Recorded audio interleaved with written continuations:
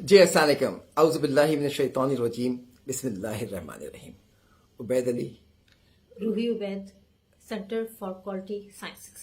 और आज हम गुफ्तगू रूही कर रहे हैं। जी, हम आज एक सॉफ्टवेयर पे गुफ्तगू करेंगे। जी जी ना के ड्रग पे है और ना के डिजीज पे है और डिवाइस पे है। तो वैसे ये सॉफ्टवेयर जो है वो FDA as a medical device और अपनी जो उनकी क्लास है उसकी 2 में तस्वर कर रही है।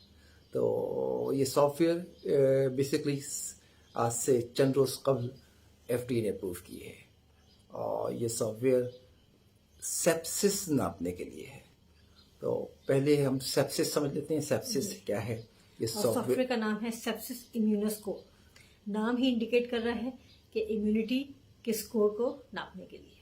अच्छा, अब ये जो सॉफ्टवेयर है ये बेसिकली नापेगा और वो बताएगा कि क्या होने वाला है। अच्छा, ये कोई ऐसा इंस्ट्रूमेंट नहीं है जो बॉडी के अंदर जा रहा हो, या ये कोई ऐसी दवा नहीं है जो बॉडी के अंदर ली जा रही हो या लगाई जा रही हो। ये जो डाटा अवेलेबल है मरीज के रिकॉर्ड में, इलेक्ट्रॉनिकल रिकॉर्ड के अंदर, यानी कि हर कुछ लेबॉर्ट्री का डेटा, उसकी तमाम चीज़ें डाली जाती हैं कंप्यूटर के अंदर, उसको लेकर पढ़ेगा और पढ़ने के बाद वो बताएगा कि ये मरीज में कितने इम्कानात हैं कि इसके अंदर सेप्सिस हो जाएगा। अभी हम आते हैं सेप्सिस क्या है और कैसे, कितने इम्कानात हैं। तो चलिए रोहित, पहले हम सेप्सिस को डिस्कस कर लेते हैं। सेप्सिस को पहले डिफाइन कर दीजिए। सेप्सिस बेसिकली जरासीम का, चाहे बैक्टीरिया हो, चाहे वायरस हो, चाहे फंगस हो, इसकी ग्रोथ बॉडी के अंदर, जब वो बॉडी में जाता है तो ग्रो करता है। तो आपके स्किन में आप देखें ग्रो हो जाती है, कभी आपका चोट लग जाता है वहाँ पर पस निकलना शुरू हो जाता है, तो इसे हम कहते हैं माइक्रोबियल ग्रोथ। तो ये जो पस है ये बेसिकली डेड बॉडी है, बॉडी जरासीम से लड़ रही होती है, जरासीम बॉडी से लड़ रहा होता है और इस तरीके से कुछ चीज़ें मर जाती हैं। तो वो जो टूटे फूटे हुई चीज़ें होती हैं वो उसकी डेड बॉडी होती हैं। तो ये लोकलाइज इन्फेक्शन कहलाता है जहाँ पर हुआ वो। जब ये इन्फेक्शन पूरी बॉडी में फैल जाए, अनकंट्रोल हो जाए और बेहंगम फैल जाए, सिस्टमेटिक हो जाए, यानी कि ब्लड पे चला जाए, तो उसे हम कहते हैं सेप्सिस। आपको ये बताऊं कि जब जरासीम आउटसाइड दी बॉडी कहीं पर अगर ग्रो करें या रुके हुए हों तो उसको हम सेप्टिक कहते हैं, और उसको रिमूव करने को हम कहते हैं एंटीसेप्टिक या डिसइंफेक्टेंट, ये कहते हैं। तो जब बॉडी के ऊपर आप वो लगाते हैं, साफ करते हैं, सब एंटीसेप्टिक कहते हैं। एंटीसेप्टिक के उसको साफ करें उस जरासीम को। बॉडी के अंदर जरासीम अगर ग्रो करना शुरू कर जाए सिस्टमेटिकली तो उसे हम सेप्सिस कहते हैं। और सेप्सिस बहुत बड़ी वजह है ये मरने की, आपको पता होगा। हॉस्पिटल के अंदर hospital acquired infection, nosocomial infections, उसमें ये बहुत ज़्यादा कॉमन पाया जाता है और चैलेंजेस है। इसको देखें, इसके जो डाटा को देखें जरा वर्ल्ड वाइड। प्लीज आप डाटा जरूर शेयर कीजिए। तो 1 in every 5 डेथ्स जो है globally is associated with sepsis. ठीक है, 5 में से एक जो मर रहे हैं वो सेप्सिस की वजह से मर रहे हैं ग्लोबली। ये एक रिपोर्ट है एक पेपर की पब्लिश, तो उससे अच्छा। और अगर मैं बात करूं तो 48.9 मिलियन केसेस 2017 में सामने आए सेप्सिस के, जिनमें से 11 मिलियन डेथ्स हुई सेप्सिस। 11 मिलियन मतलब 1 करोड़ 10 लाख लोग मरे सेप्सिस से। ये दुनिया का डेटा है और ये पब्लिश हुआ है लैंसेट के अंदर, लैंसेट में। तो ये मैंने आपको फिगर दी 2017 की, जबकि इससे पहले 1990 में 60.2 मिलियन केसेस थे वर्ल्ड वाइड सेप्सिस के और 15.7 मिलियन डेथ्स थी। इसको जब हम इसमें कन्वर्ट करते हैं 60 मिलियन मींस 6 करोड़ इन्फेक्टेड थे एक साल में, और 15.7 को अगर आप देखें तो ये 1.5 करोड़ लोग, 1.5 करोड़। इट मींस अच्छा, तो बहुत ज्यादा था जी, बहुत ज्यादा। थोड़ा सा ये कम हुआ है 2017 जिस मैंने आपको फिगर बताई, ये तकरीबन 48.9 यानी कि 5 करोड़, और 11 मिलियन डेथ्स यानी कि तकरीबन 1 करोड़ 10 लाख लोग सालाना मरते हैं। जी, सालाना दुनिया भर में। और इसका जो 40% ऑफ केसेस हैं, जो मैंने आपको 2017 का डाटा दिया, यानी कि 48.9 मिलियन केसेस, इसके 40% ऑफ द केसेस जो है वो अंडर द एज ऑफ 5 है, छोटे बच्चों में ज्यादा। छोटे बच्चों में ज्यादा। ठीक है, ये अस्पताल में रहने के साथ है। जी जी जी।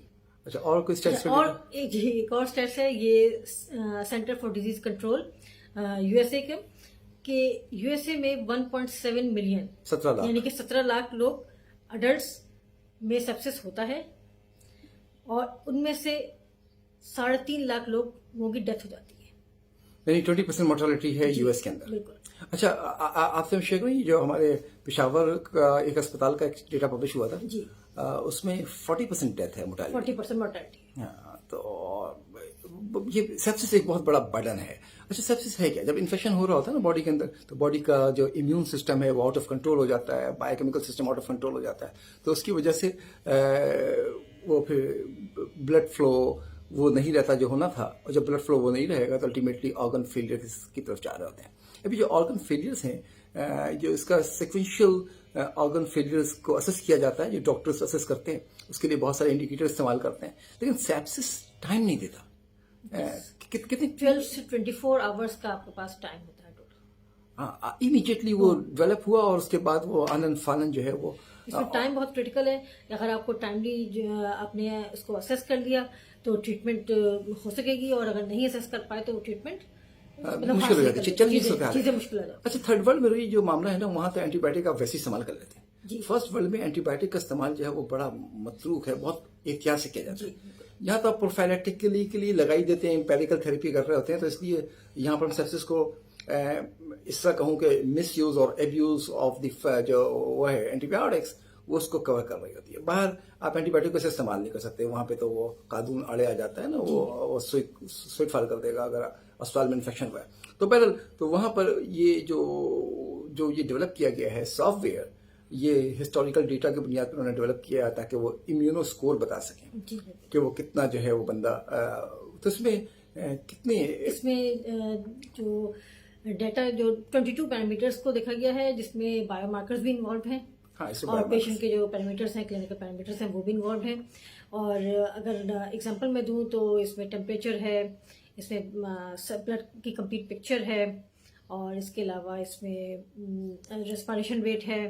इसके अलावा जो है ना, जो इन्होंने जो बायोमार्कर इस्तेमाल किए हैं वो इम्यूनो बायोमार्कर्स हैं, उसमें सी रिएक्टिव प्रोटीन है, इंटरल्यूकिन 6 है, और प्रोकैल्सिटोनिन है।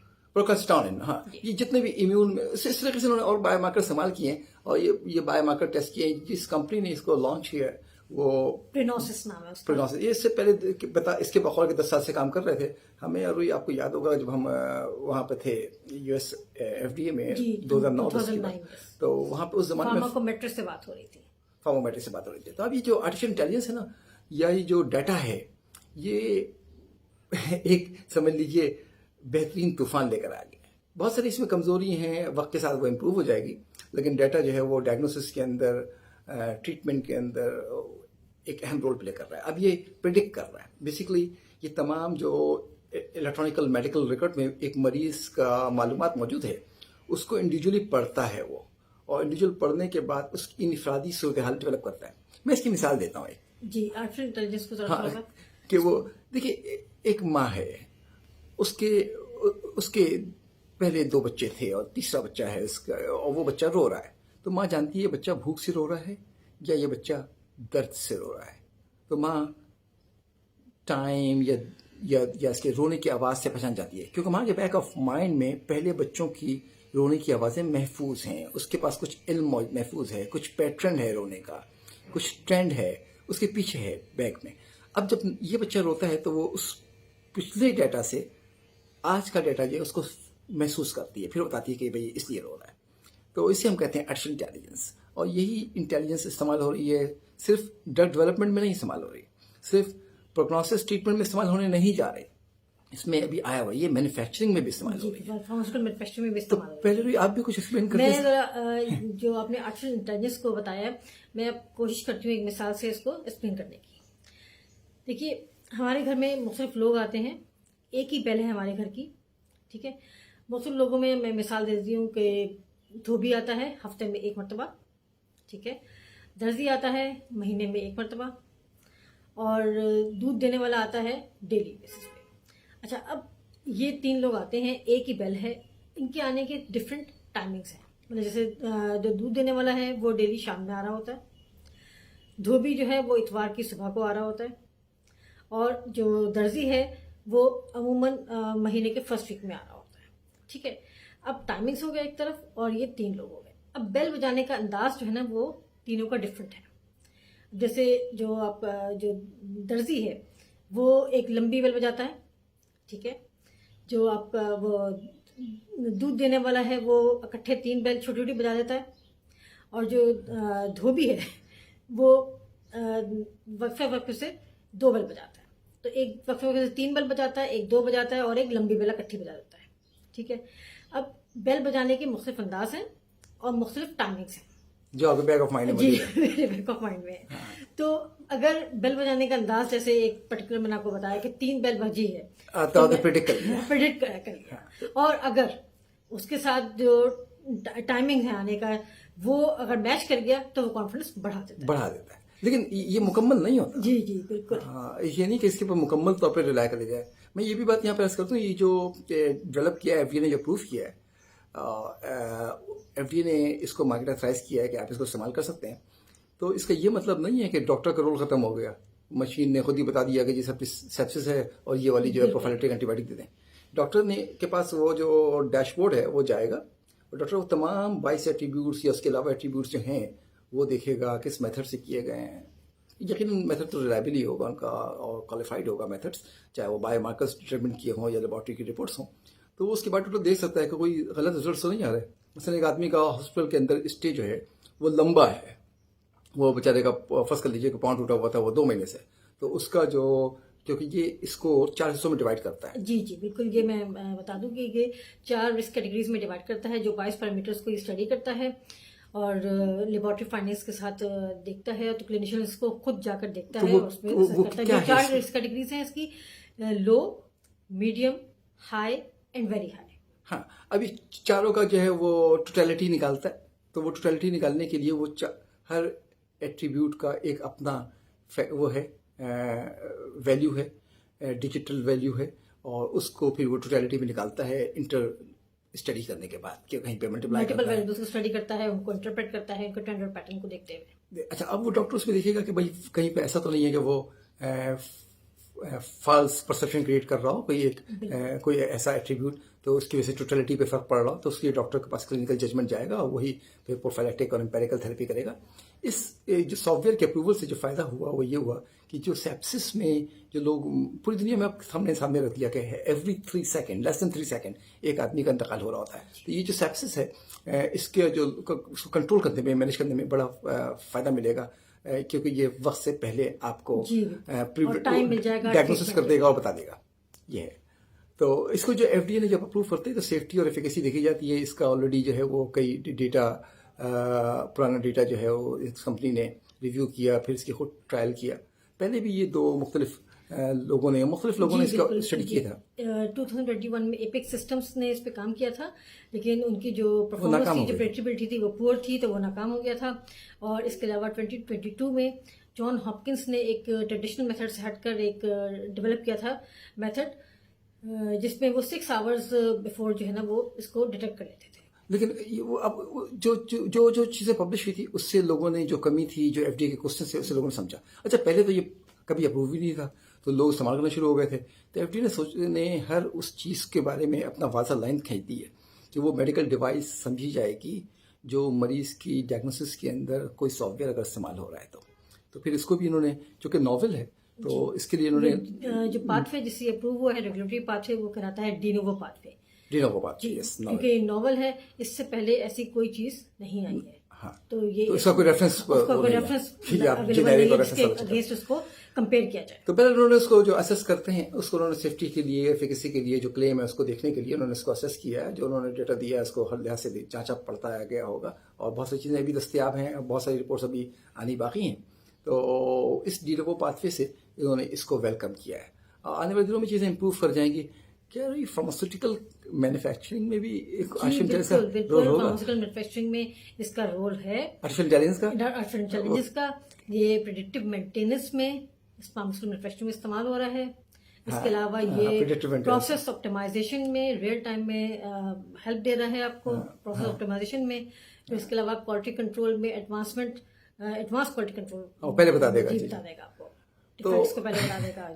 آنے والے دن صرف اور صرف اسی کے ہیں، آرٹیفیشل انٹیلیجنس کے ہیں، ڈیٹا کے ہیں، real world data and real world evidence, statistics کے ہیں، ट्रेंड पढ़ने के हैं, पैटर्न पढ़ने के हैं और नॉलेज एक्सट्रैक्ट करने के हैं। एक्सट्रैक्ट करने के हैं और डाटा को आप कैसे मीनिंग देते हैं, कैसे इंटरप्रेट करते हैं, मल्टीपल वेरिएबल्स को कैसे इंटर रिलेशनशिप के साथ पढ़ते हैं, कैसे कॉज एंड इफेक्ट को जोड़ते हैं, एविडेंस कैसे सामने आता है और वो एविडेंस रिलायबल है या नहीं है। हमारे ये जैसे बहुत इंपॉर्टेंट है, थर्ड वर्ल्ड के इंटीग्रिटी पास बहुत इंपॉर्टेंट है। हमारे जैसे थर्ड वर्ल्ड के पास ना बहुत डाटा है, चाहे मैन्युफैक्चरिंग साइट पर हो, चाहे क्लिनिकल साइट पर हो, और हम इस डाटा से मतलब देके दुनिया की जो तरक्की है उसमें अपना बेहतरीन किरदार अदा कर सकते हैं। बिल्कुल। तो हमारे जो हेल्थ केयर के बच्चे हैं, फार्मेसी के बच्चे हैं, मेडिसिन के जो लोग हैं या बायोलॉजिकल साइंसेस के जो लोग हैं, बहुत तेजी से एक नई दुनिया खुली है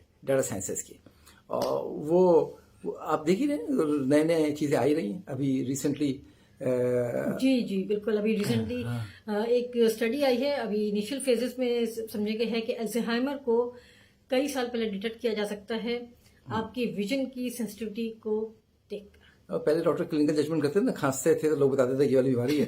तो अब इन्हीं चीज़ों को हमने बहुत डाइव लगाकर साइंटिफिकली और जो सिग्नल्स टूल्स अप्लाई किए जाएं और मल्टीपल वेरिएबल्स को कनेक्ट करके पढ़ा जाए, तो उस पे जो इंटरप्रिटेशन आती है, जो मीनिंग देते हैं हम, उसकी बड़ी इंपॉर्टेंस है। और उसको फिर जो है वेरीफाई किया जाए, उसके एविडेंस को रिलायबल बनाया जाए। बिल्कुल ऐसे ही चल रहा है जिस वक्त गूंगे लोग इशारों से बात करते हैं और दूसरा लिख रहा होता है। तो ये जो सिग्नल्स जनरेट हो रहा है सॉफ्टवेयर से, ये लिख रहा है कल की ट्रीटमेंट प्लान को, कल की प्रोग्नोसिस को, कल की डायग्नोसिस को। इसको ये लिख रहा है कि कल क्या होने वाला है, सर्टेन कर रहा है चीज़ों को, कल के खदशात को आज ही महसूस कर रहा है, आज ही उसको स्मेल कर रहा है। तो ये आर्टिफिशियल इंटेलिजेंस और एक राह दे रहा है हमें। जी, तो हम भी रियल वर्ल्ड एविडेंसेस और रियल वर्ल्ड डाटा के ऊपर चाहते हैं कि हम भी पाकिस्तानी भी काम करें, हम भी काम करें जितना कर सकते हैं। और ये बात याद रखिएगा कि डाटा की इंटीग्रिटी इंपॉर्टेंट है। बिल्कुल। सच्चा डेटा, साबुत डेटा, ट्रस्टवर्दी डेटा, वही आपको दुनिया में जगह देगा, जाली डेटा नहीं। अच्छा, सच्चा इल्म, कोई इल्म मुकम्मल नहीं है, ओपन रखिए नए एविडेंसेस के साथ। मेथड जो है ना, साइंटिफिक मेथड जो आपका वो स्ट्रांग हो, मेथड आपका बेईमान ना हो, मेथड आपका बायसनेस क्रिएट ना करे। अभी ये सब चीज़ों के खदशात हैं इसके अंदर, इसीलिए रेगुलेटरी जो है वो चैलेंजेस हैं। रेगुलेटरी जो इसका जो पाथवेज हैं दुनिया के डिफरेंट हैं, और क्योंकि आपका डाटा की सिक्योरिटी और उसमें जो बायसेस है वो भी एक चैलेंज है। तो मेरा ख्याल है कि हमने अपनी बात आपसे की, आगे कोई मौका मिलेगा तो इस मौजू पे बातचीत करते रहेंगे। क्लोजिंग वर्ड्स कि ट्रस्टवर्दी डाटा, इंटीग्रिटी का डाटा, यही सब कुछ है। और उसको, उसकी मीनिंग को, उसके एविडेंस को रिलायबल बनाना, उसके साइंटिफिक मेथड क्या है वो बहुत इंपॉर्टेंट है। चले रही साहब, बहुत शुक्रिया। Thank you. अस्सलाम वालेकुम। अल्लाह हाफ़िज़। अल्लाह हाफ़िज़।